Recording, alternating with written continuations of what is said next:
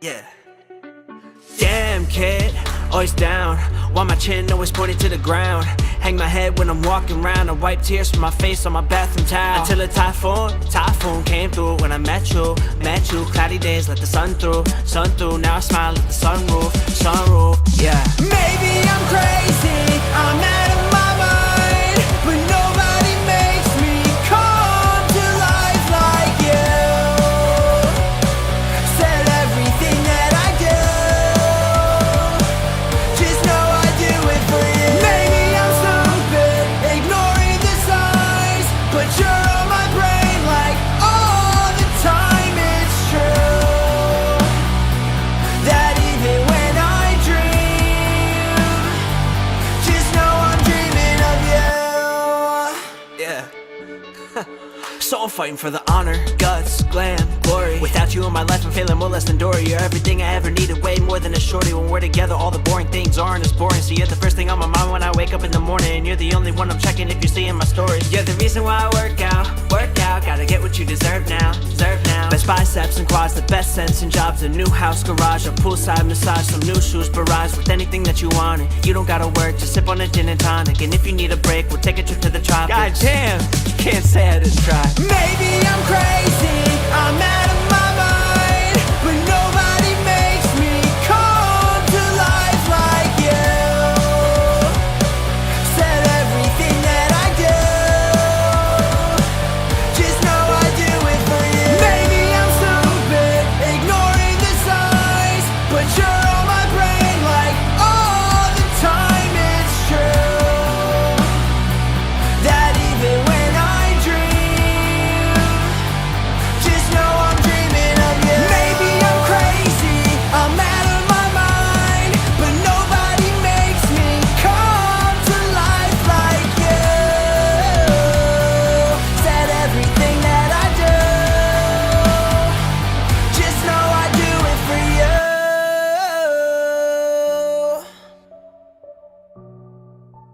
Yeah, just know I do it for you.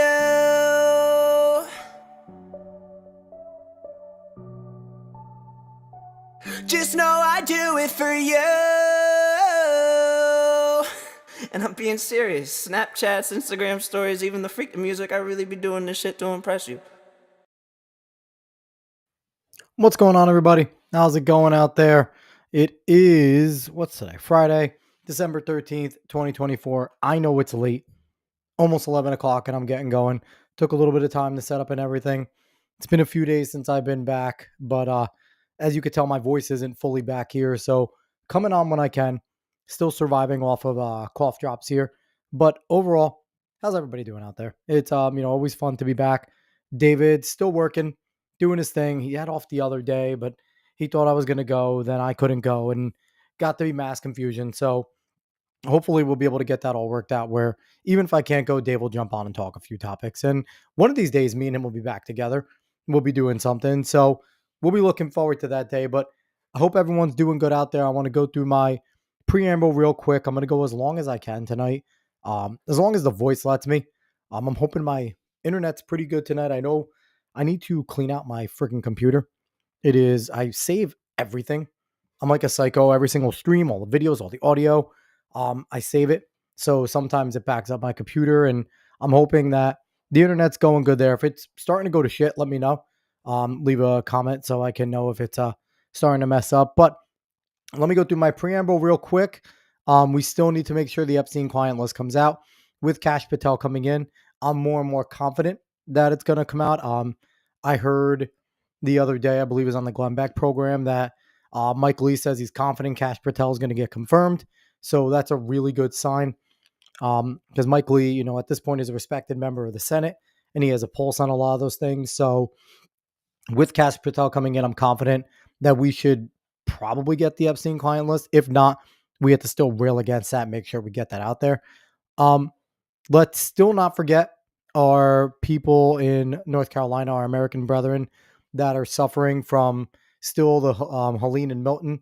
FEMA's doing jack shit for them, it seems, and it's up to everyday Americans. So if you can, send money, send jackets, send generators, send anything that you could send to them, because they're in dire need of things. It's friggin' cold now, and they're stuck in tents. They're stuck in RVs that don't have much electricity, much energy.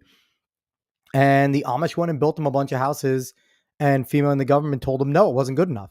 So we need to make sure that we're doing the part to help them out. So please, if you can, find a charity. Usually go through the churches that are down there. They're the best ones doing the best work. So find someone to help them down there. Speaking of FEMA, we still need to demand the transparency. And again, hoping that when Trump gets in on the 20th, we start to get that transparency over what went on in North Carolina with Trump supporters being overlooked. It seems like that story has already been memory hold, and we can't let that happen. So we need to continue to talk about that. Keep voting. Keep doing the right thing. Not voting, but let's keep supporting Moms for Liberty as well. They're still doing great things out there, even though there was a major victory this time around in November with the elections. Work isn't over, and these two topics kind of combine because Moms for Liberty is still doing the work to make sure that our school boards are getting less woke, less DEI bullshit in them. And now they're going into local elections, state elections to make sure we get good electors that understand and believe in this stuff. And they're working with Corey DeAngelis and other people that are battling against this as well, James Lindsay and the like. So let's keep supporting all of them and not let up after November.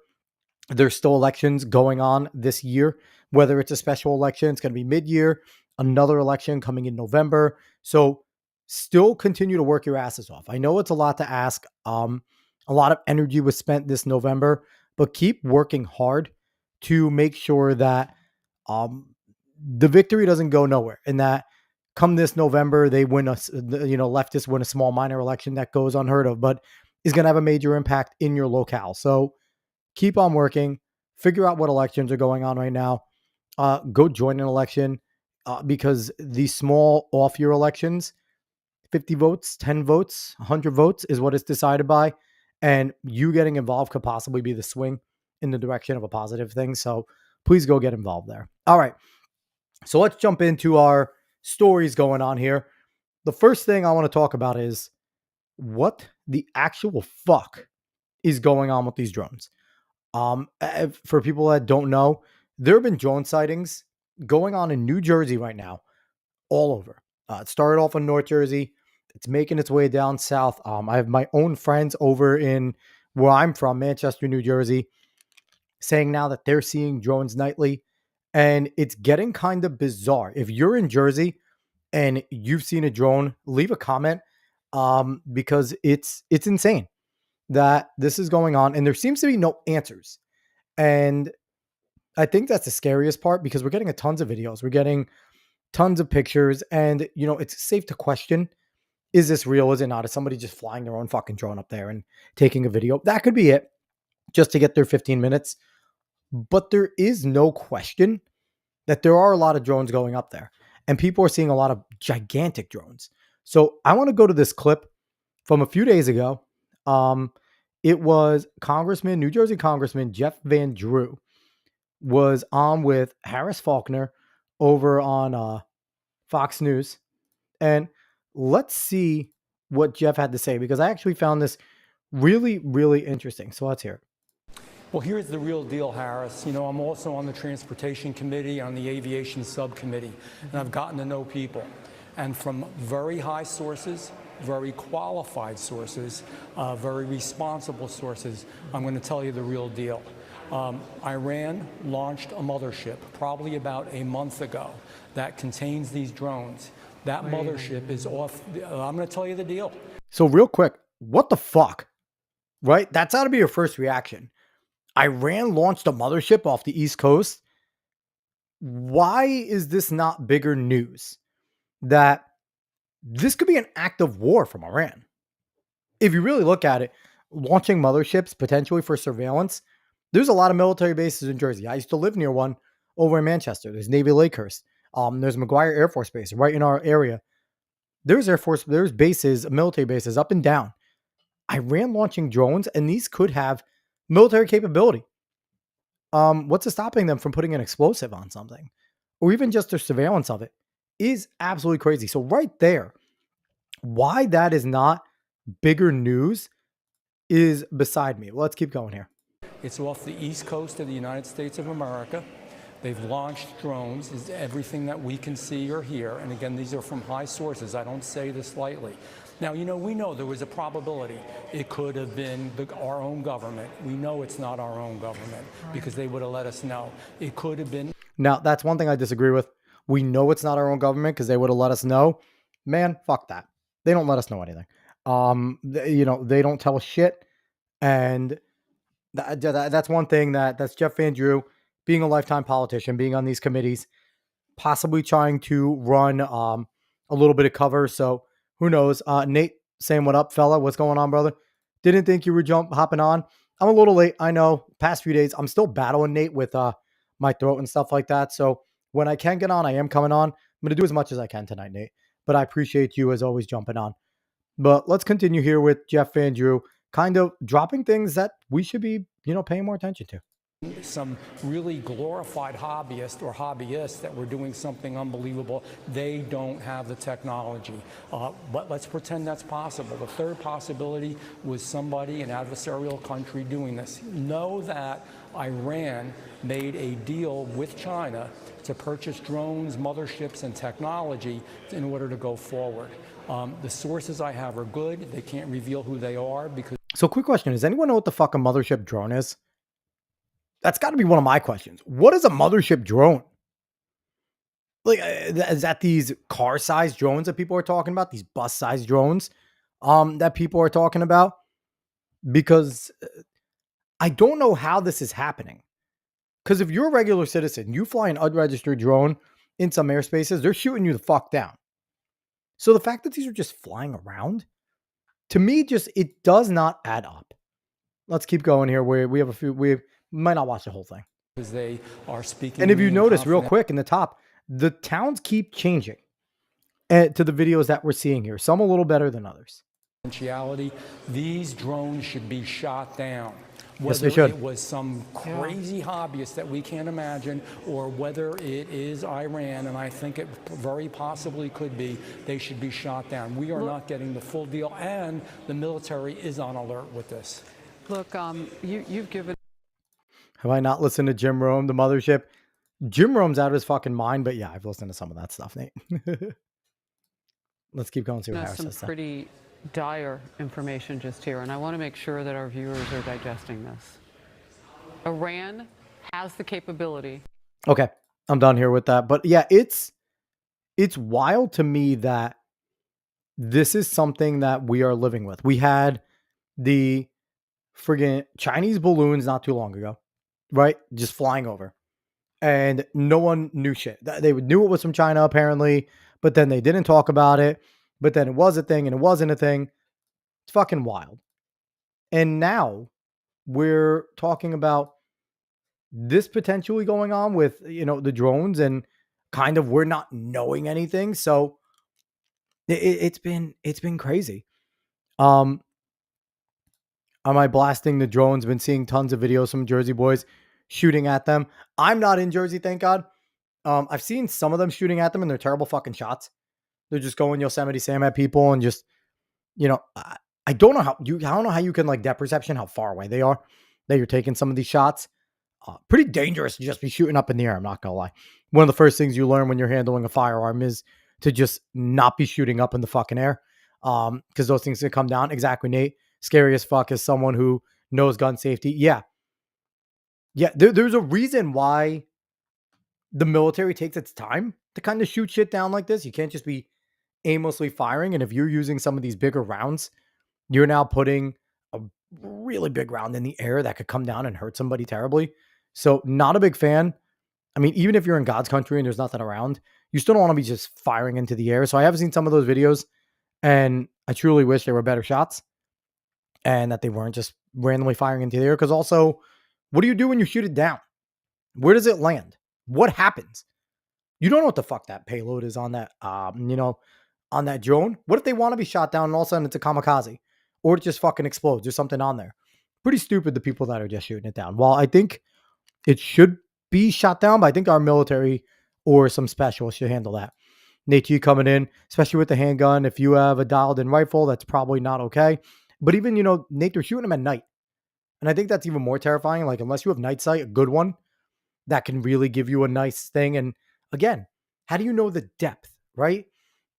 You're shooting into the air. That's hard to really gauge that depth. Even if you're a good shot at like 300 yards or something, that's a fucking far shot. It's probably a lot further than they're thinking. They're just aimlessly firing there. I don't like those videos. I think those videos are terrifying. And that yeah, though those people probably shouldn't own firearms. But Donald Trump chimed in here and he had something to say about it over on Truth Social. The Donald goes, mystery drone sightings all over the country. Can this really be happening without our government's knowledge? I don't think so. Let the public know and now, otherwise shoot them down, DJT. And I agree. I agree that if we don't know what it is, and even if we do, shoot them the fuck down, right? Um, but again, it needs to be people that know what they're doing. It needs to be people that know what they're doing. It can't just be the randos. I know I was looking over on my Facebook and my local town police over in Jersey, where I'm from, Manchester police were like, hey, we've heard about the drone sightings. Don't call us. FBI Newark's working together here. And if you go to it, if you see a down drone, do not approach it. Because again, if what Representative Van Drew is saying is correct, if this is Iranian, who the fuck knows what they put on there? If it's just surveillance, if it's meant to be something that's more, who knows? So if you're in Jersey, if you're encountering these drones, please be careful. Don't be stupid. Don't be that person that ends up being a dumb fucking story on TV because you decided to do something dumb. So yeah, we need to figure out what it is. They need to be more transparent about this because if Representative Van Drew is correct and this is an Iranian thing, fuck Iran, number one. That's an act of war. You're entering with unauthorized, drones into active airspace. A lot of military bases, like I said, even in my area, if you're flying and we can see you where I'm from, then you're within Navy Lakehurst's airspace. And that's got to be a no-no. So, yeah, they need to figure it out. They need to be more transparent. And I'm happy Representative Van Drew went on and talked about it because that's the transparency we need. He is a New Jersey representative in that area. So it's important that he came out and said something, but we know President Biden's absent. So he's not really talking about it. We know his cabinet's fucking useless and they're all kind of in hiding mode and CYA mode with President Trump coming in. We can't expect him to do shit within the next month. So we're in a really weird spot. We're in a really weird spot where we kind of don't have a federal government right now. And you're not going to count on fucking Phil Murphy to do shit over in New Jersey. He's not going to activate the guard or anything like that or force or really publicly call out Biden. Who the fuck even knows what Phil Murphy's doing? I don't hear shit about the guy. They're my neighbor. I'm in New York. They're right down beneath us. I know nothing about what Phil Murphy's doing. He's just kind of hanging out. So, going to be interesting to see what's going on. Nate, you coming in? Yeah, an F-16 Air Force pilot versus Jersey Guido. I agree. Yes, we need something. We need an Air Force pilot. We need someone with proper training, at least maybe with surface to air stuff. I don't know. We need something in there that's not just a regular civilian taking a shitty video blasting out. So yeah, that's pretty damn wild going on there. But I want to jump in to this next thing. This is going to be quick because, I wasn't on the other day when the United Healthcare CEO, I believe his name is Brian Thompson. I'm not too keen. I'm kind of like half covering the story, half like caring, but they apparently caught the guy, Luigi Mangione. And I just pulled up this random thing. New York Post having body language shows he didn't expect to be arrested by, expert says that, whatever. The reason why I pulled this up is number one, could this be the guy that shot the United Health CEO? Yes, it could very well be the guy that did it.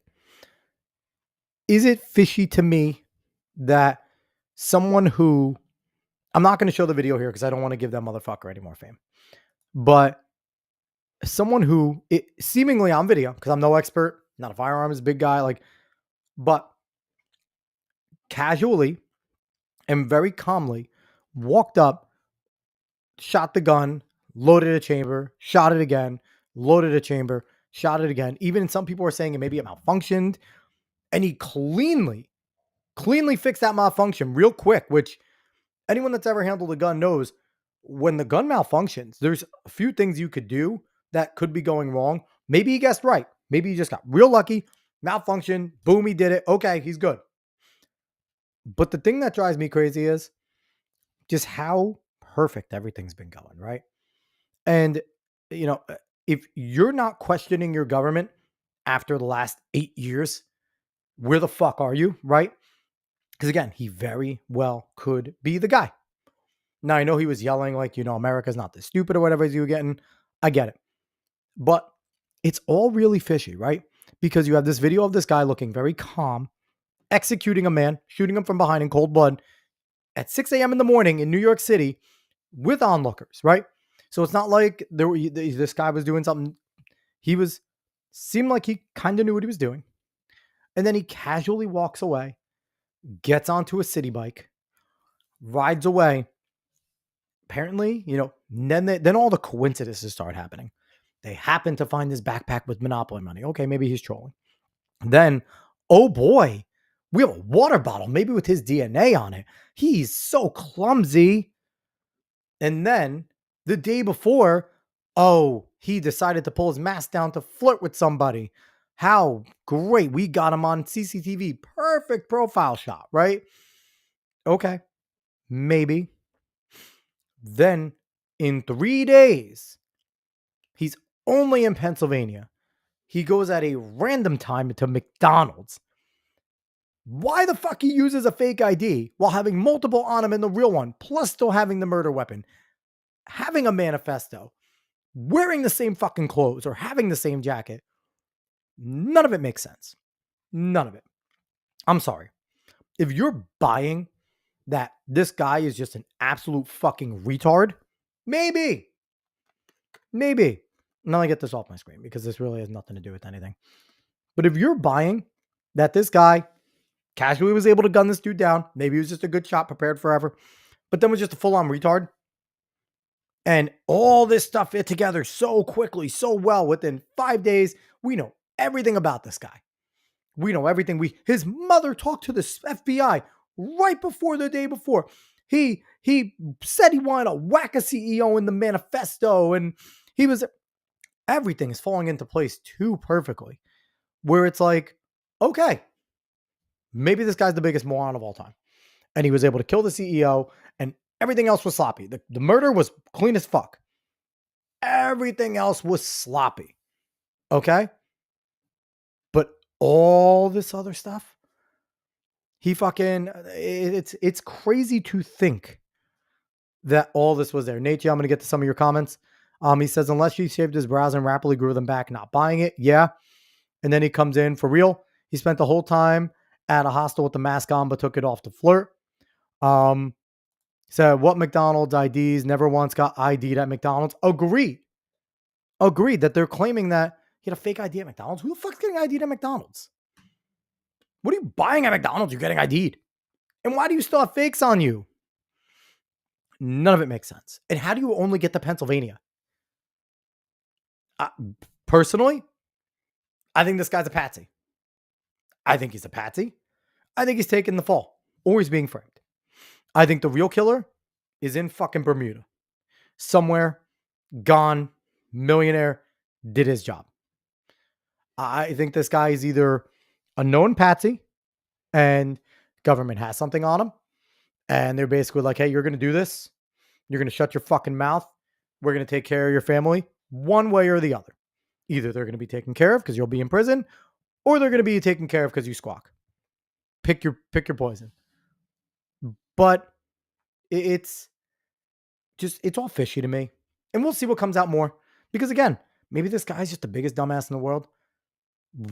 Looked smoother and calmer than he was. Maybe he was really freaking the fuck out. And then they had like the little things inscribed on the bullet casings and things like that. And it was kind of like off from what the book apparently he liked to read. I mean, it's just all too perfect, right? And it's like, I guess Occam's razor, if it's the best thing that fits and it fits, right? But at the same time, if you're not at least questioning then what have you learned over the past few years? We barely know shit about the would-be assassin for Donald Trump. We barely know anything about him still. The motherfucker that hid in the woods. We don't know this much about him. The trans murderer that went on a killing spree in a fucking kid's school. It took forever to get the manifesto out. We still barely know shit about that individual. We have no idea who shot in Las Vegas. All these things. We know nothing about them. But all of a sudden, this guy, we know everything. Maybe it's because he was high profile. Maybe it's because the CEO is, insurance is massive and all these other CEOs are like, fuck this. You better find out who it is now because, I don't know. Maybe it's well above our pay grade and this is moving quicker. All hands on deck because of who got killed. Maybe. But it's real fishy right now. Nate G coming in. I heard his ID survived the tower explosion and collapse. Yes. And then also Nate G. On one hand, commies are stupid. On another, the basics don't add. Yeah. And it's like, it's too perfect. Like he's apparently this big woke ideologue. He's read Mein Kampf. He's quoted so many. It's like, come on. Oh, but remember, he did like something from Tucker Carlson. So he's not completely woke. Let's make sure we get that down there, right? Got to be fair. Fuck that. It's all too perfect. We'll kind of follow this. I just think it's fucking stupid. But to me, it's just all too perfect. What's going on right now for it to be legit. But again, maybe I'm wrong. Maybe guy just, according to the video, it looked like he knew what he was doing. I figured he was not going to get caught. And then they find him perfectly and all things fall into place. So maybe I'm the one who's wrong. Maybe. But we'll find out. We'll see more. But I want to jump in to this next headline that was announced on the 11th, so 2 days ago, which not really a shocker to anyone paying attention, but FBI Director Christopher Wray is resigning at the end of President Biden's term, the AP reports. And it's very, very interesting, the timing that he is resigning right before Donald Trump comes in. Now, there's a lot of things that play into this right now that we're finding out. First off, we got to remember that Christopher Wray is a Donald Trump appointee. Donald Trump appointed him after he fired Comey. He appointed Christopher Wray. So it's not like this isn't someone that has, experience in the Trump atmosphere. Maybe this was another one of those things where Trump was led awry by the people that he trusted and they were swamp monsters and they just want to promote more swamp monsters. Maybe. But it's interesting that Christopher Wray steps down. Okay, that is December 11th, right? So then we get a comment on Truth Social from Trump on the 11th. And let me read this real quick.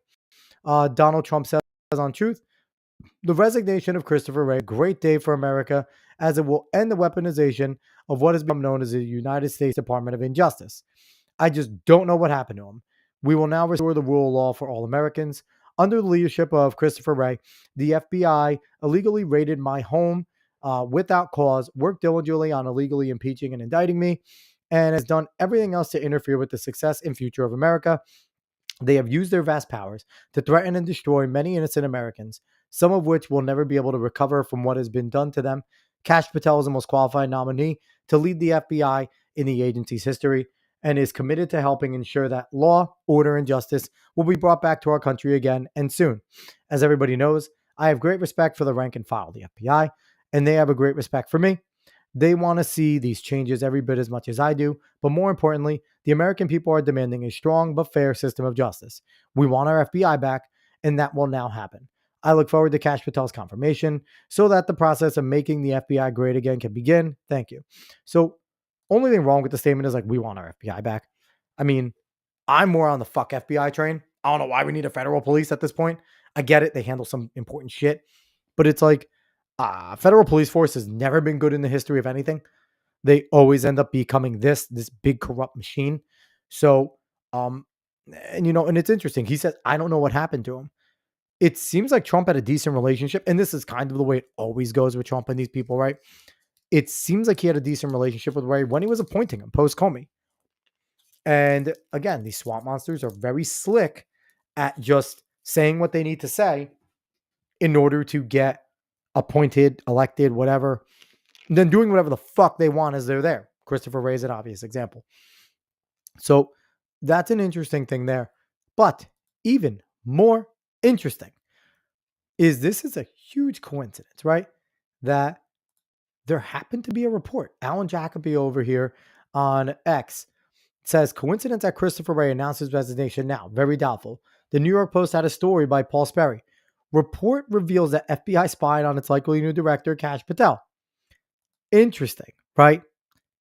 Interesting that Christopher Wray would want to resign before, Trump gets in, before Kash Patel becomes his new boss. And they find out that they might have spied on the guy. There's going to be heads to fucking roll for this. Because when Kash comes in, he's going to be able to find out everything. He's going to be able to find out who did it. And I don't know if it'll be considered retaliation. What the fuck were they spying on Kash Patel for? Kash Patel, it's not like he's this, they're getting on Trump for all these outsiders and these disruptors he's bringing in. Kash Patel's a decorated intelligence guy. He's worked in the federal government pre-Trump. He was a part of the federal government. He was a part of intelligence. He's won awards. He's someone that they all know about in the intelligence apparatus. It's not like Kash Patel is this relative unknown that nobody knows. So purely political that they spied on this man, like everything else has been, when it's been coming to Trump. Purely political stuff. So it's not surprising that Christopher Wray is resigning when he is, that he's deciding to try and get out of this. But the thing is, resignation does not mean that you're clean. Now, I wonder if he's going to be one of the people that Biden gives a blanket pardon. We've seen some of the people that Biden has been pardoning. He pardoned a judge that was a part of a cash scheme to put juveniles into for-profit prisons, right? And that judge got years, and then they pardoned him. So and he's been pardoning some and commuting some sentences that are pretty wild. So maybe Christopher Wray is one of those pardons. Just like we're predicting that Fauci may be on that list and others may be on that pardon list. So we'll see. The biggest legacy Biden may leave outside of trying to fucking kill the country is all these pardons that he's doing. So let's see where that goes. It's going to be an interesting ride there with him. All right. Quickly, I need to take a second to cough. This is what my life has been. Even with fucking throat lozenges, I'm dying over here. So give me 1 second. Going to go off camera to cough.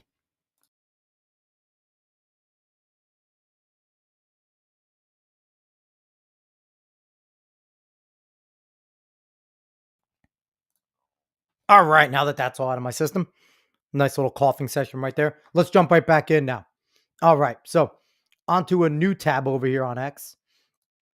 The ever changing John Fetterman has been one of the most interesting things to see. Now, the man joined Truth Social, which, again, I don't think John Fetterman's ever going to be on the right, but he's certainly coming out to be one of the more logical leftists, which is surprising because when he was the mayor of whatever small town he was in Pennsylvania, before that, he was much more far left. His policies, his beliefs were much more far left. Now, his voting record in the Senate is still very left. So let's not get it twisted. It's not like he's coming to the right, but he could be this guy that eventually does start to say, hey, I'm going to go against the Democrats on this one. I have more of a firm belief here. And he has balls in public. And one of the things, his first post on Truth Social, he calls for the Trump hush money pardon from Biden to kind of restore unity. That's wild. Okay? That Fetterman is like, hey, we need this as a country. We need to come together and, it's after how hard I didn't want this guy to get in because his brain was fucking broken. Now, the biggest blessing he had was he was running against Mehmet Oz, who is now somewhere in the fucking cabinet, which I don't understand why Oz is around because I do not like Dr. Oz as any political belief there. But he is quickly becoming one of my favorite Democrat senators, one of my favorite Democrat politicians. And I don't have many that I like. And I don't really agree with John Fetterman on much. Kind of got beat up a little on his Joe Rogan thing, but kudos for him to fucking go on, right? And, he did have some logical stuff there. But I put him kind of in like the Ro Khanna camp where, yes, we agree fundamentally on a lot of shit. And I'm still not going to like your voting record. But at least when we talk, you have some reasonable stuff and we can kind of come together on the belief of, hey, I truly am starting to believe that John Fetterman's beliefs aren't from a place of being an ideologue, but more from a place of, I do believe in the Constitution. I do believe in the Bill of Rights. And this is how I believe that we are best going to serve those. Not necessarily I'm ideologically driven, but this is just how I believe we're getting there. And that's okay. I can debate with that person. I can talk with that person on the left who has a different belief system, but our foundation is the Bill of Rights and the Constitution. We're cool. We are cool. So seeing the transformation of Fetterman has been fantastic. And he deserves praise when he does right things. Not always going to praise him. Like I said, I'm not a fan of his voting record. But when he does correct things, when he says correct shit, I have no problem praising him. And he fully deserves to get that praise. So kudos on Fetterman for being logical here. Just want to throw that out there. So I found this to be fucking hilarious. Sharing this tab. This is from the 11th. New York Post with the story here. Lawmaker proposes making it a felony to plant flag at Ohio State Stadium. I'm not reading this article. I don't know how everyone else feels. But during rivalry week, there was a whole lot of flag planting going on and a whole lot of fighting. When the rival that's visiting, like Michigan, beat Ohio State. Michigan had no business beating Ohio State, okay? Ohio State was a better football team. Michigan gutted out a win at Ohio State. And they planted their fucking flag. And then the Ohio State Buckeyes, like a bunch of bitches, went to go fight and rip it down. So Michigan planted another one. I like it. I know there's people like, oh, it's going too far. It's disrespectful. Like, shut the fuck up. Shut up.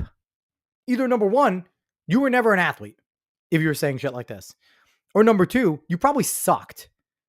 And number three, if you didn't suck, you're just a bitch. Okay? Because in the end, you don't want them planting the flag. Don't let them beat you in your home turf. Period. I thought Baker Mayfield had the best comment on it. Because he talked about Oklahoma and OK State. They always planted each other's flag. It didn't matter. That was part of it. And he said, let the boys play. That's exactly what I think. Ohio State, you don't want Michigan planting that flag. Don't let them fucking beat you. It's that simple. And it happened with a few other spots. And a few other skirmishes went out. Those are poorly coached teams. I'm sorry. You're poorly coached.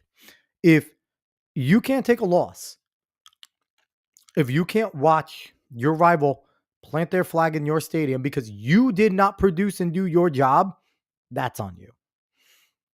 And for a lawmaker to waste tax dollars, to waste our fucking time even proposing this, honestly, I feel like any lawmaker that gets involved in sports in this way, whether it was the bullshit baseball fucking hearings about steroids, this type of shit, automatically should be recalled and removed. Get the fuck out of sports. Get out of there. Planting a flag, becoming a felony. Shut the fuck up. What a waste of everyone's time.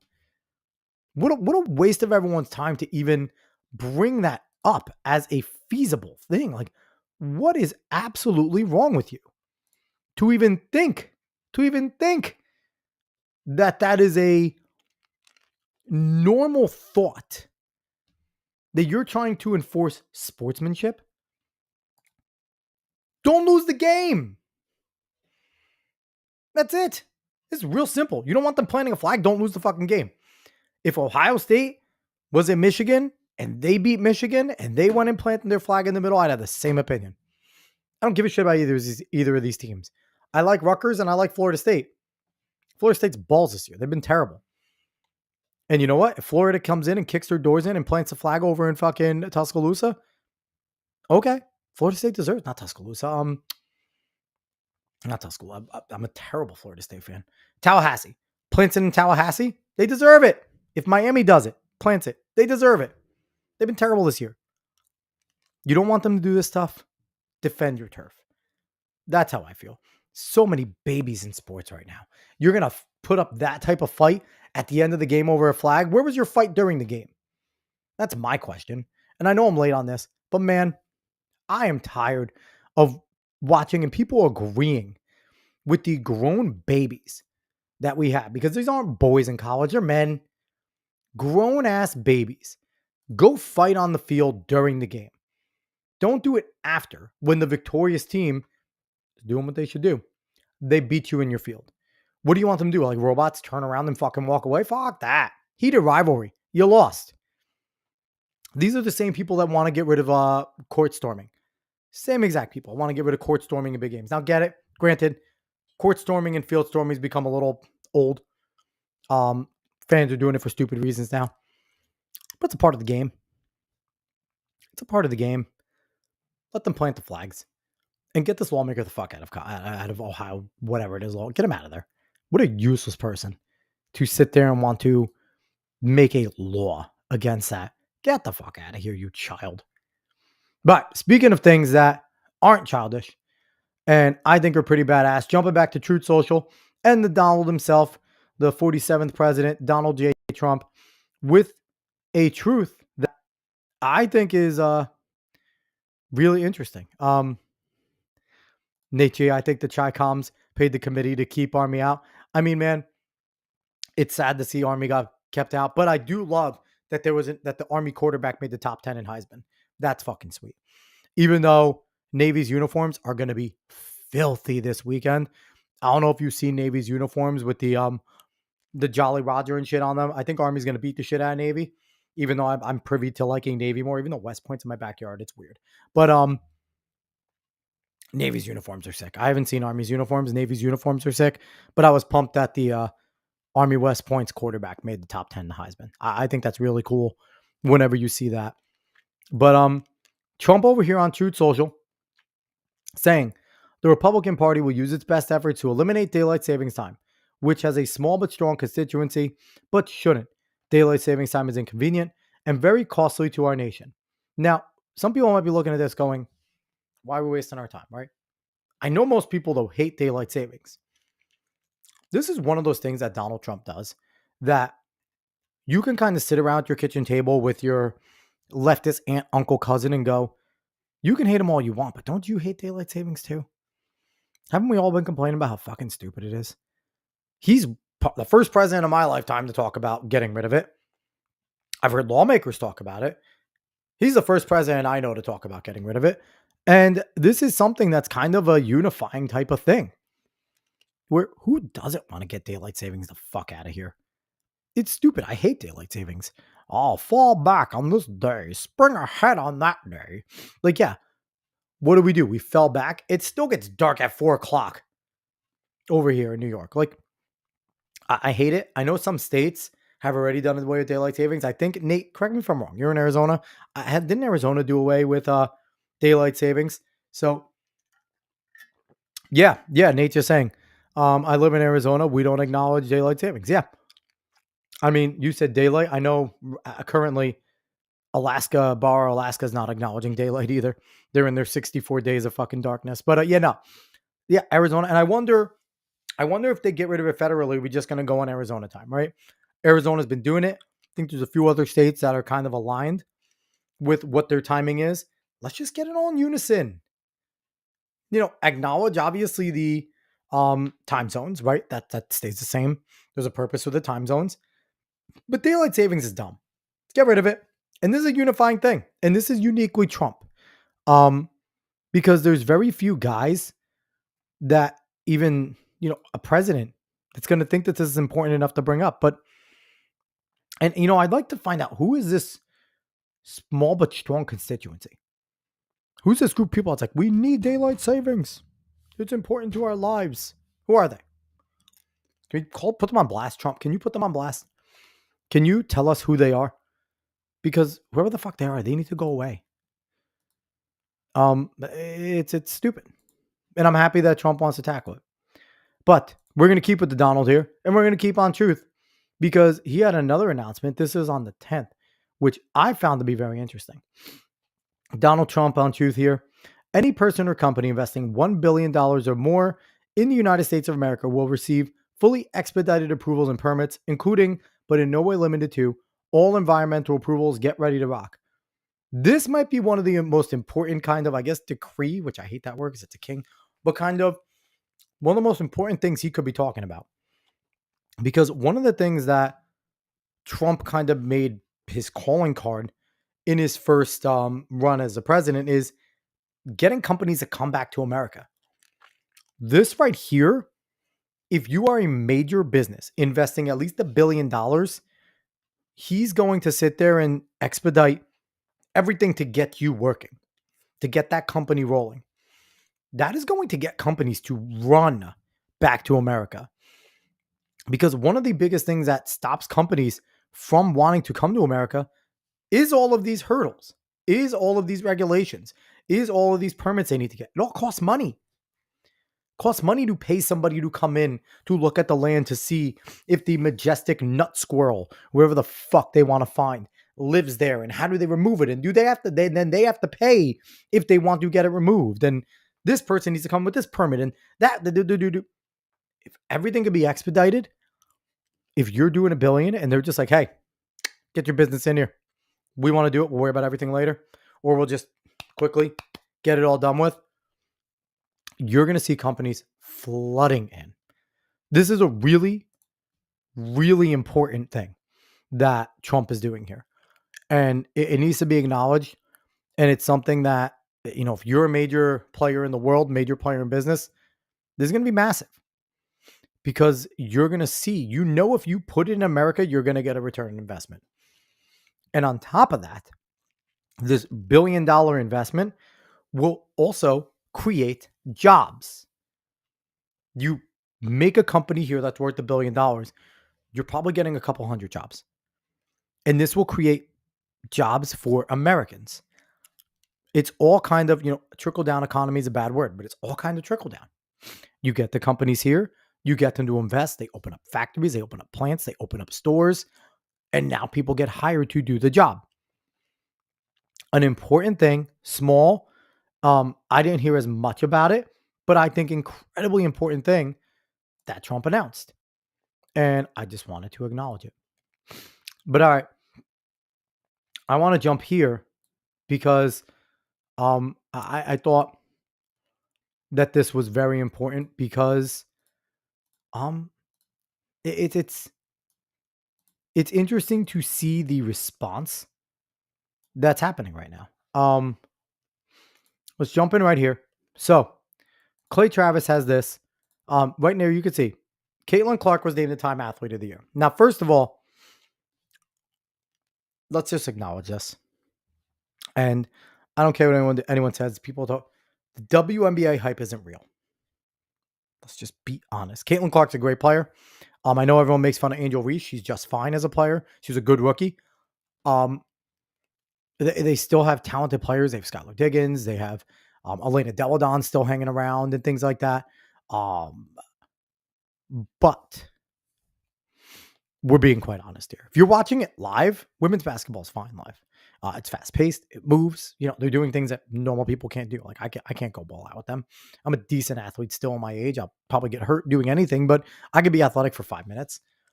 And these women will kick my ass in basketball. No doubt. Boring as shit on TV. Boring. I'm sorry. On TV, the men look slower than they are in real life. You ever go to an NBA game? These 7-foot giants are running fast as fuck. It's crazy how quickly they move. On TV, it looks a lot slower. Take that and now make it women. Chest passes and layups are not that interesting. I'm sorry. I mean, chest shots. Chest shots and layups are not that interesting. I don't care if Caitlin Clark's shooting for 30 from 30 feet. She's fine. Like that's cool. It's exciting. We like threes. But the rim grazing dunks of Brittany Griner, nobody gives a shit. Okay. So let's just get that off right there. The hype for the WNBA, and I get it. They're talking about these giant ratings. Okay. They flip through the fucking channel for 3 seconds. That's what they're counting as ratings. Let's be really honest about this. This bubble's going to burst quickly. We have people in news, in sports media, jumping on this to try and hype it up. I get it. They're getting paid. But they still took a massive loss, $40 million loss. They can't support themselves. The NBA is fully supporting it. That's with the popularity of Caitlin Clark blowing up and Angel Reese. I'm going to give Angel Reese her due because she blew it up as well. Her rivalry with Clark is kind of what helped elevate Clark. But she wins Time Athlete of the Year. Whatever. Okay. There's other athletes I could think of in track and field. Sydney McLaughlin, obviously, jumps up. Gabby Thomas did amazing shit. Amanda Duplantis in track. Like, I could just think of a few track athletes, right? You could think of John Jones in the UFC just been coming back and being fucking dominant. What he does there is crazy. There's plenty of athletes that deserve it. They pick it. They pick Caitlin Clark. She had a huge impact. She had a great collegiate season that ended late 2024, right? Right into the summer as a rookie. Played well. Got her team to the playoffs. Like, cool. One of the best rookie seasons. If I think it is the best rookie season of all time in the WNBA. Whatever. But then you're starting to have shit with responses. We'll jump back to Clay Travis here because it's Jamel Hill being racist, which isn't new. But I want to jump to this because this is Vance Murphy. Sorry, I don't know you, Vance Murphy. But they say Caitlin Clark just destroyed everything she built. Caved to the liberal mob now. She will get the Bud Light treatment from me, which, again, stupid.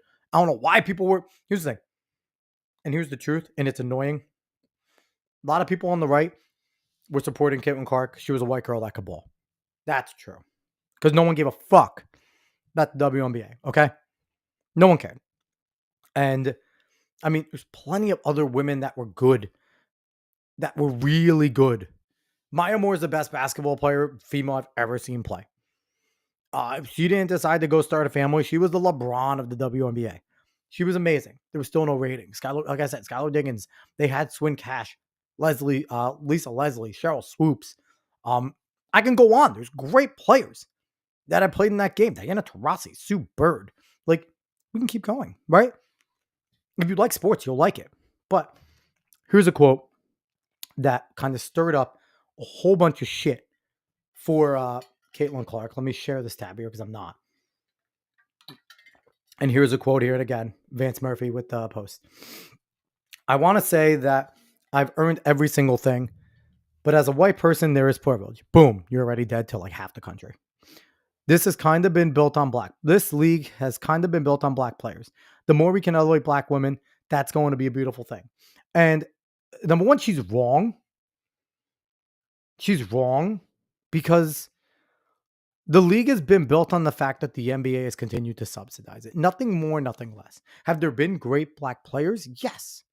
Have there been great white players? Like Diana Taurasi came in and took over. Okay? Let's be fucking honest. Then Maya Moore came in and took over. And then you had Candace Parker. You had great black players. You had great white players. Just like in the NBA. The fact that she's sitting there, she's a dominant player, and automatically she goes to, there is privilege. You're a fucking idiot, Caitlin Clark. Like, there's nothing else. But why are we surprised? Why are we surprised? She was probably always just told, like, you're cool because you're the white girl that can ball. There's always been racism against her coming up in basketball. Guarantee there's been a ton of it aimed at her from black people. But I'm not surprised that she's stupid. Why is anybody surprised that she's an idiot? What were you expecting her to do? Like, what were you expecting her to say? I give these people no credence. Just because they're a good athlete, just because they're a good actor or actress, just because they're a good singer, doesn't make them smart. Just because she's kind of kept her mouth fucking shut doesn't make her based. She's a moron. And that's okay. She's still good at basketball. But I want to jump to this tab right here real quick. Just Jamel Hill being a racist piece of shit, which we're not surprised, right? So let's go to it real quick. Not surprising that she's on the cover of Time as the Athlete of the Year and always weaponized and polarizing in this day and age, even though she is just incredibly benign. Like, she has not done much of anything to actually stir real controversy. No. Now let's talk about this real quick. Dan Le Batard's a fucking moron, okay? He's an idiot. And the fact that he keeps platforming and ESPN keeps platforming Jamel Hill just proves they're a bunch of fucking morons too. But have I seen the Megan Rapinoe, Caitlin Clark memes? Yeah, where she has like the short pink hair. That's how she'll look. Yeah, I wouldn't doubt it. I wouldn't doubt it. But let's hear the dumb shit Jamel has to say real quick, because let's not beat around the bush. Jamel Hill is a racist piece of shit. Okay, she's a race baiting racist piece of shit that offers nothing to sports commentary. And she's gone on. She was kind of mid as a sports commentator. And then she went fully off the deep end. ESPN gave her and Michael Smith the whole show to just be racist. So she's continued. This is all she has. So let's keep going here. And I And guess we're the only played way she on would have made 1.5. Megyn Kelly matter is if she came out in support of Black Santas, because we know that Megyn Kelly only believes Santa Claus can be white. I mean, that's the person whose opinion is chiming in on this. So it's not surprising she would have a problem with Caitlin Clark actually acknowledging the contributions, the sweat equity that Black women have put into this game. And you can tell a lot. The sweat equity. The sweat equity. What the fuck does that even mean? Like, Jamel Hill uses words in these buzzwords of leftists, and she knows what they mean, but she uses them in just such a stupid way. And it's like, so should Luka Doncic, should Nikola Jokic, should they all come out now? And every time Nikola Jokic, he's been the MVP. Should he have gone in his speech and said, I wouldn't have been here without all the black people before me? No. No. Luka does what he does. Jokic does what he does. And white guys are Europeans, but they're just good at basketball. I mean, Nate G saying Lebitard is the worst. Lebitard is the worst. And he also saying Michael Smith, Jamel Hill was the day I left ESPN. Yeah, because it was a racist show. It was just a racist show. All right, let's continue with Jamel and let's see what we could do with 1.5, because she is just terrible. Well, let me just big picture this real quick, though, Dan, is that as Caitlin Clark's popularity was rising, and particularly after it exploded when her and Angel Reese met in that national championship game, she did the infamous Angel Reese John Cena motion, and we saw a certain section of people galvanizing around Caitlin Clark. We saw. And I will give Jamel Hill that. Yes, there was a certain section of people that galvanized, and it was a racist. I'm not gonna lie. Like, people like Caitlin Clark because she was the white girl. Fucking stupid reason to like her. And again, it was the typical people on the right that just assumed that she's going to be on the right with them. It's the same people that think RFK is going to fucking do things that are conservative. It's the same people that trust Tulsi Gabbard. Okay. It's that same group of people that just anytime a minor bone, like they're the ones that are going to fucking praise, what's a New York City mayor just because he's against like immigrants. Like, it's the same group of people that always just go and go, we think they're with us. Boom. And it's the same morons. So not necessarily racist, but just the idiots on the right that just fucking fly to everything like that. Let's keep going. Saw it then, and it only continued to grow. And there was a nice amount of disingenuous people who were not basketball fans, certainly not women's, or they were not women's basketball fans to be. There are very few, by the way. Jamel Hill is not a women's basketball fan. There are very few women. Like, honestly, most women's basketball fans are male basketball fans that still like the women's team. Like, I know there is a large swath of Brooklyn Nets fans that just like the Liberty. They play in Barclays. So a lot of the times these people are season ticket holders. They'll go to the Nets games and the Liberty tickets are cheap. So they go watch them. They see them live. They're legit fans.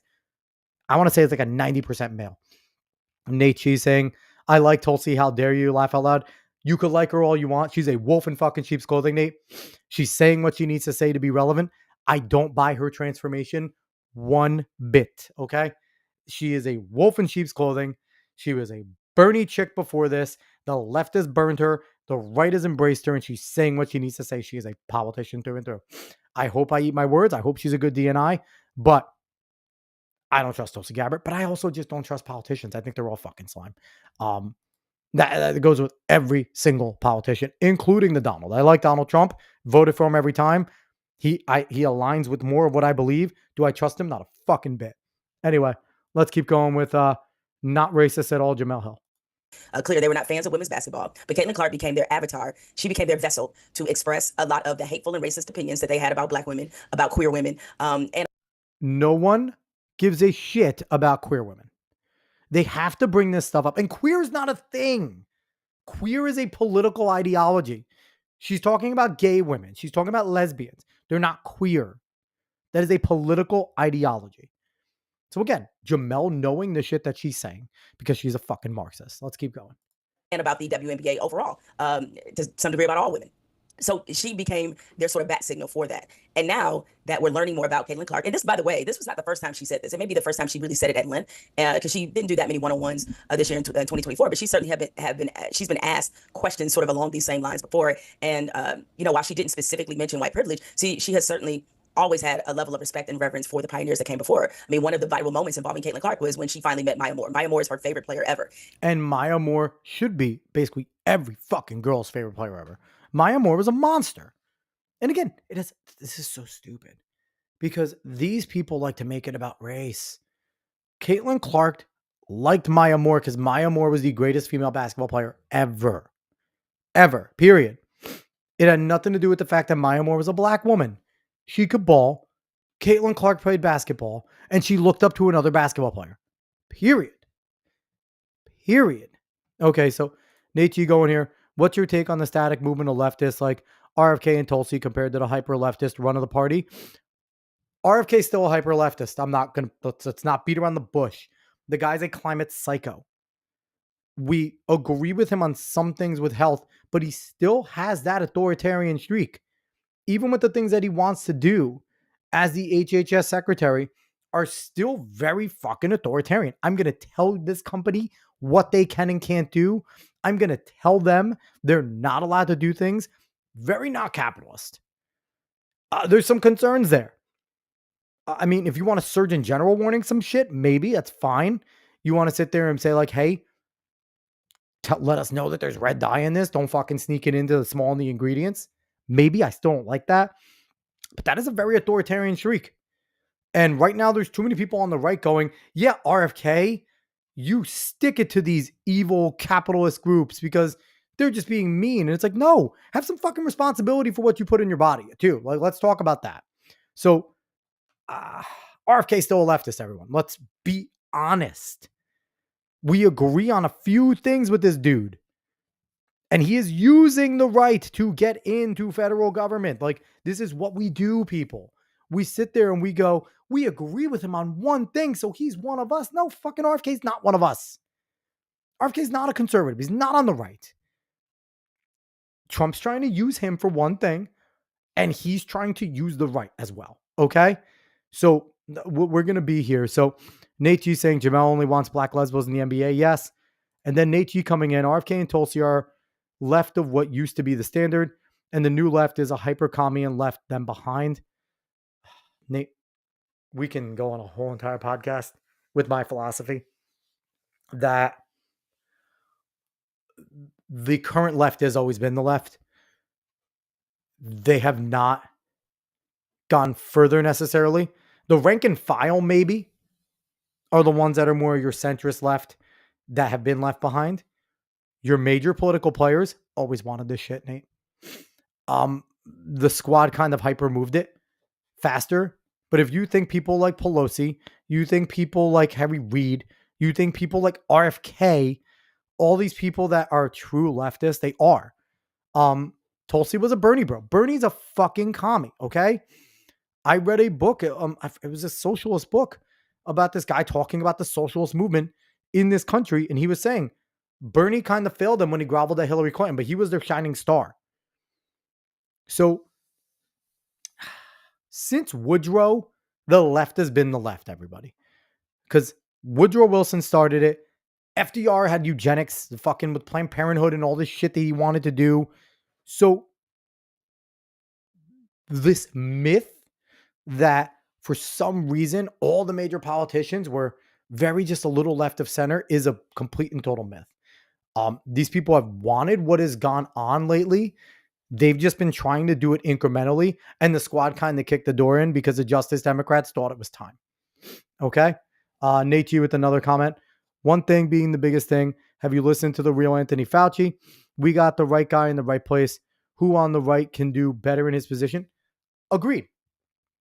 He hates Anthony Fauci with us. But again, this is those one of us things, right? He's cool on some things. And it's not up to him to get Anthony Fauci. It's not up to him. It is up to Kash Patel when he gets it. I mean, RFK can expose things. But Kash Patel and people like that need to move. So, I mean, like I said, we can go on all night about this, about how we just get suckered in too much with this shit. But Nate G coming in, I agree on Tulsi. I'd rather have Scott Horton than Tulsi as Intel director. Absolutely. And I really think that Trump is doing this as an olive branch in a lot of ways to create a coalition. And it might be Trump's way of thinking he can control the situation again. And this might all burn him down, right? We might see RFK and Tulsi on the outs in 4 months. We've seen movement like that.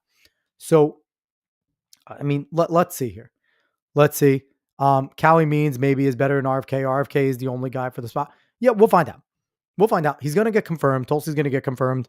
It looks like Hegset's probably getting confirmed. So I think all of his picks are generally going to get through. And then listen, I'll eat my words. If RFK and Tulsi do a great job, fucking sweet. I'm cool with it. I just don't trust him. All right, let's continue with Jamel over here. And that, by the way, shows the growth of the WNBA. You know, a lot of the players that when the WNBA first started, they had no professional model to look at in America to say, oh, I grew up watching this, you know, professional women's player, because that possibility didn't exist. Caitlin Clark represents the generation that actually grew up watching the WNBA, familiarizing herself with this league, understanding the legacy and the history of this league. And all she was doing is giving a nod to that. And she knows, like a lot of white players in the WNBA know, and they've said it, Kelsey Plum, Breanna Stewart, is that they get elevated, they get marketed, they get pushed in a way that black women in that league who have accomplished similar things do not get the same endorsement. Which is bullshit, okay? Which is bullshit.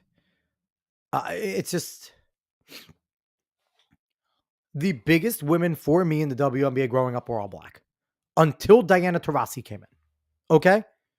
It was Lisa Leslie. It was Cheryl Swoops. It was Swin Cash. And it was a few more that were just massive. Those are the ones I knew about. The moment that a white woman got any sort of shine was Diana Taurasi.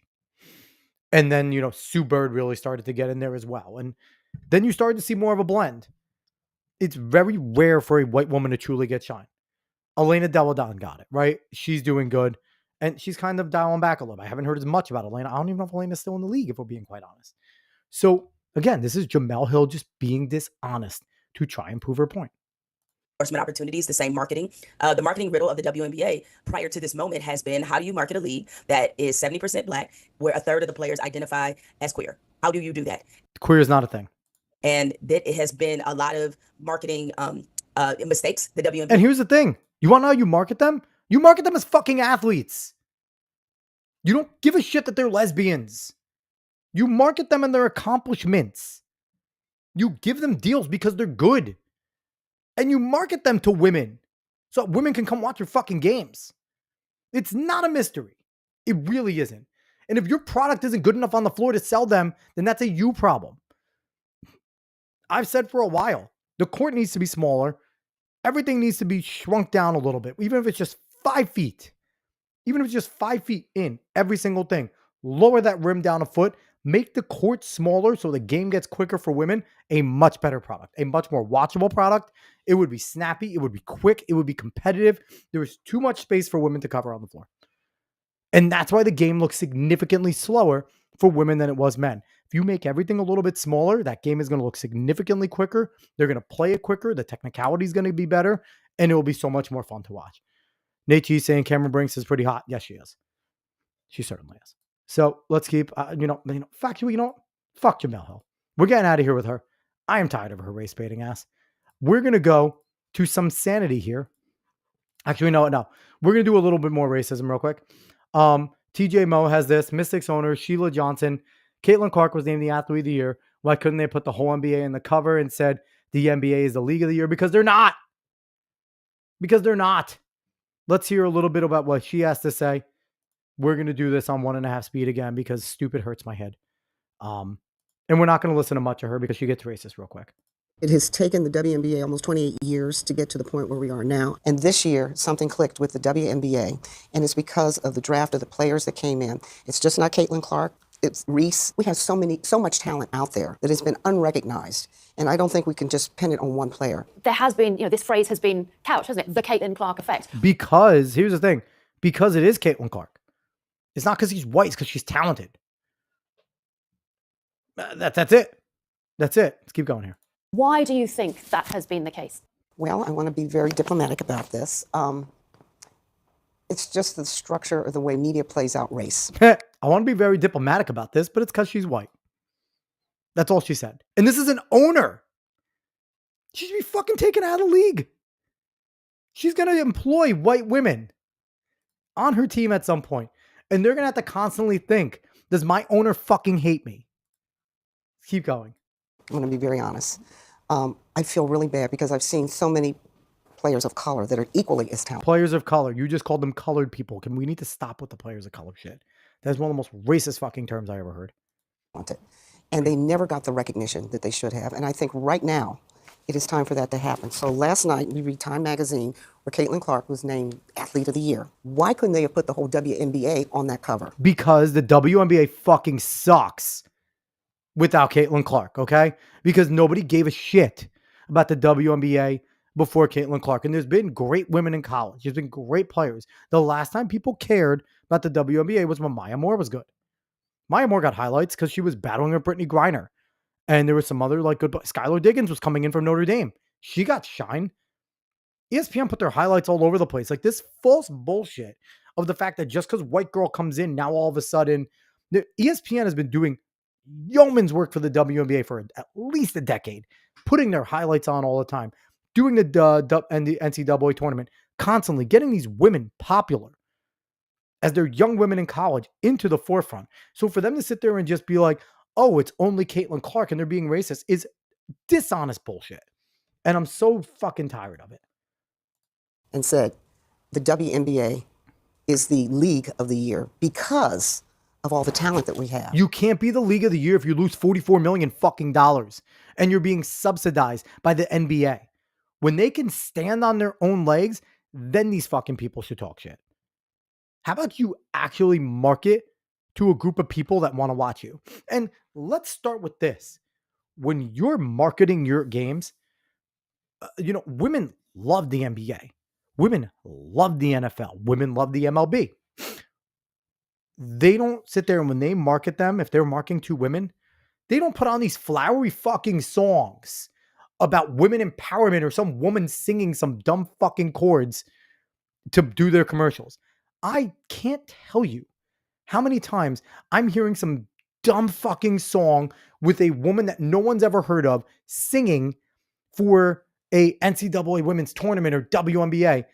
How about you put a fucking rapper on or an actual rock band that people know about? Or if you're going to put a female artist, put a known one with a known popular song. Don't put this bullshit. That's not marketing to anybody.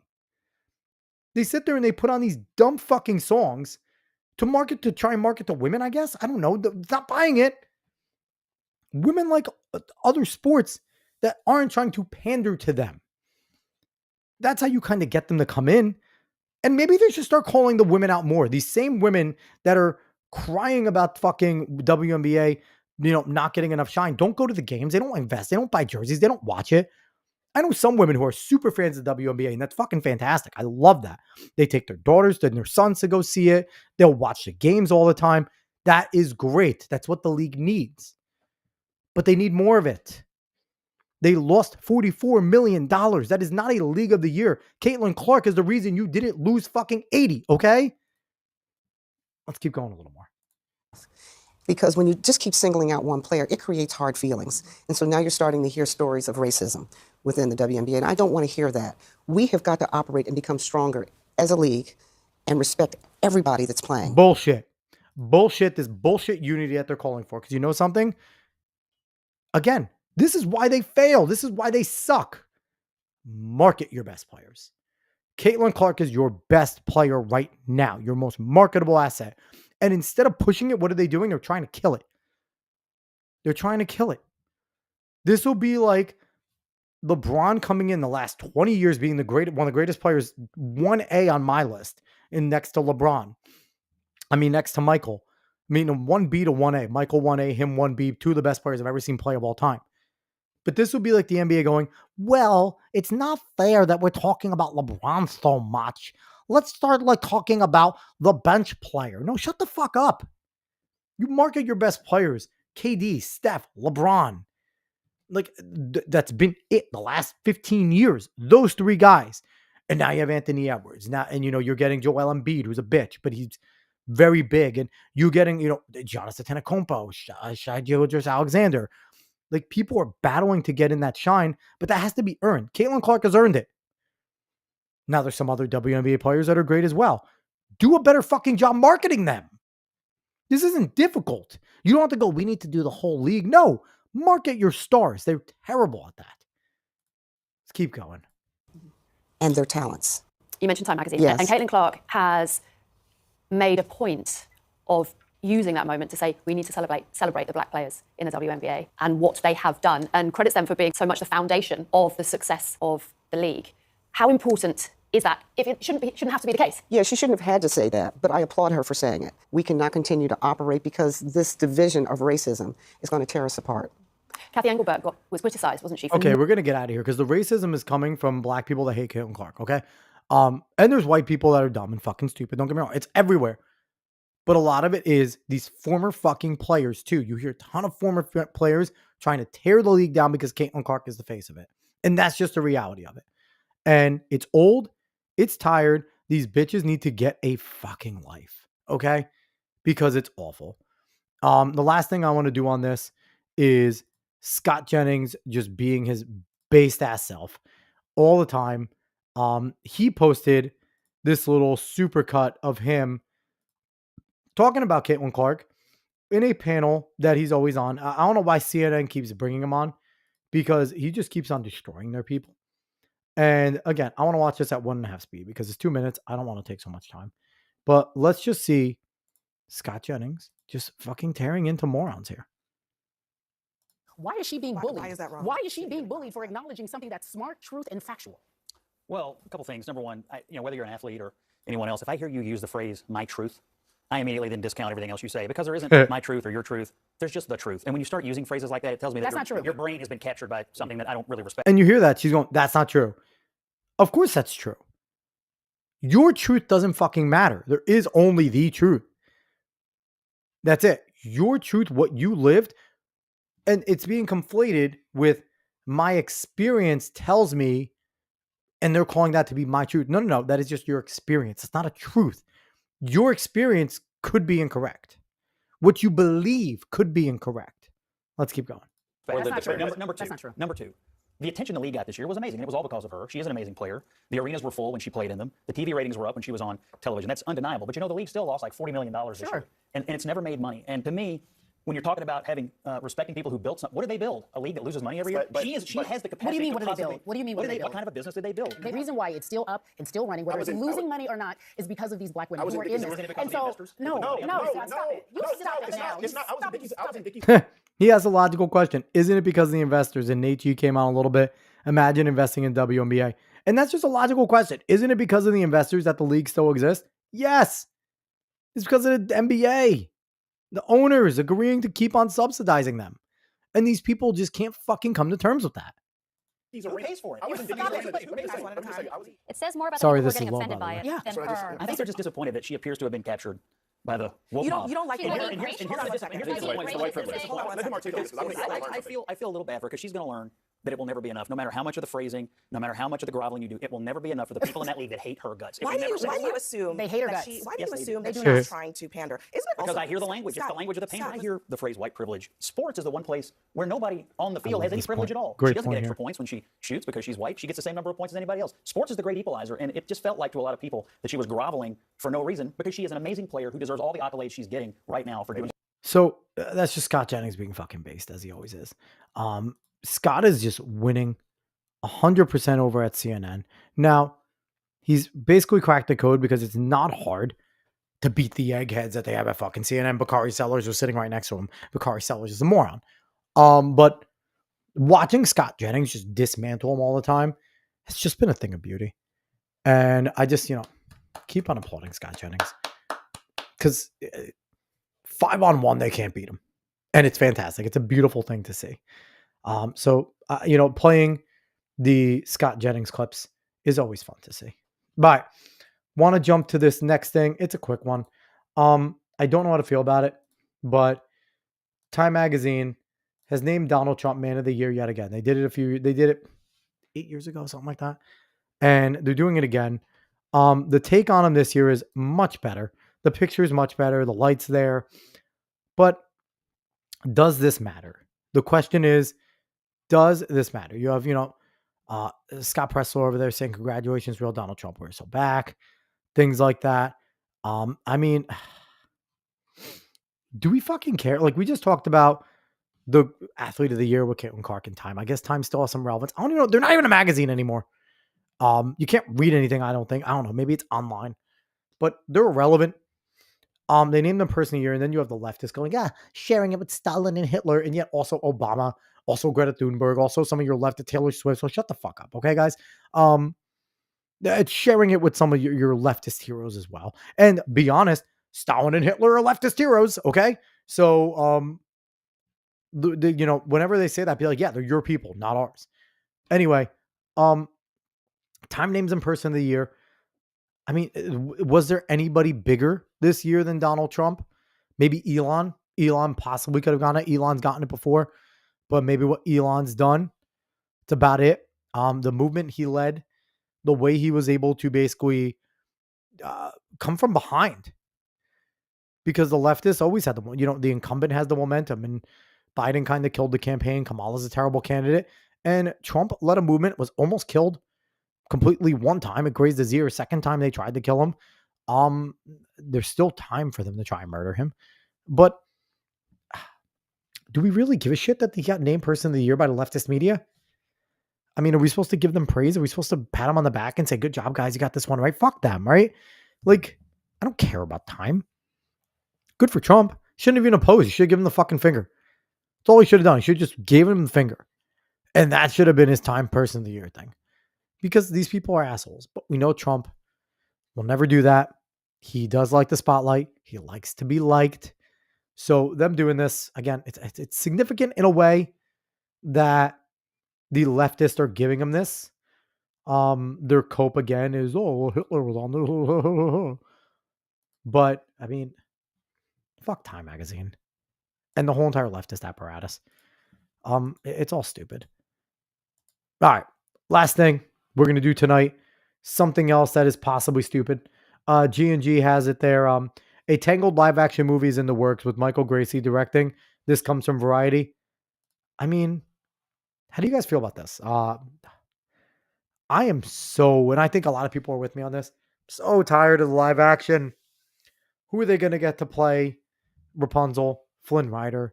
They're going to race swap him is the question. Like, are they going to, is Flynn going to be a fucking lesbian? Like, the evil mother, how are they going to portray her? Are they going to make her sympathetic? Like, all these things. What type of added stupid fucking song are they going to put in about women empowerment for fucking Rapunzel? You know that's coming. I mean, it's unnecessary. All of these live actions are bad. And, it's unfortunate because it's like Disney did good with Inside Out too. They've had some decent things in the past. Like, Luca was fantastic. Elio doesn't look terrible. Moana 2 was meh. Thought it had the bones of a decent story, but it was really dry. Saw it with my daughters and my wife. My wife's not a fan of it. My wife's kind of pretty simpatico to a lot of things.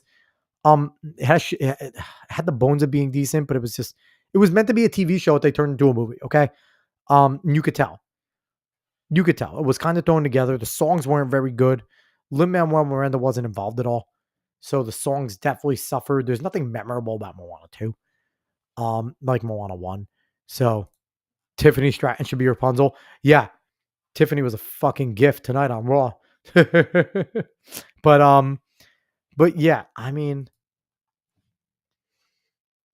that's kind of what I am. I'm throwing my hands up to it. Live action, like all this live action shit just needs to stop. Because the thing is too, they like miss out on the shit that makes it great. Are they going to have the little chameleon? How's he going to be involved? And how fucking stupid is he going to look in CGI? Are they going to have the horse that acts like a dog that I think was the best part of the movie? That fucking hates Flynn Rider. Like, how are they going to let that play out? Are they going to CGI him and make him look fucking awkward? Of course they are. Or are they going to cut him out? Because in Mulan, they cut out Mushu. one of the most important parts, right? So it's like, there's no, I can't trust them to do it well because they've done shitty ones already. And there's going to be no actual heart into any of this.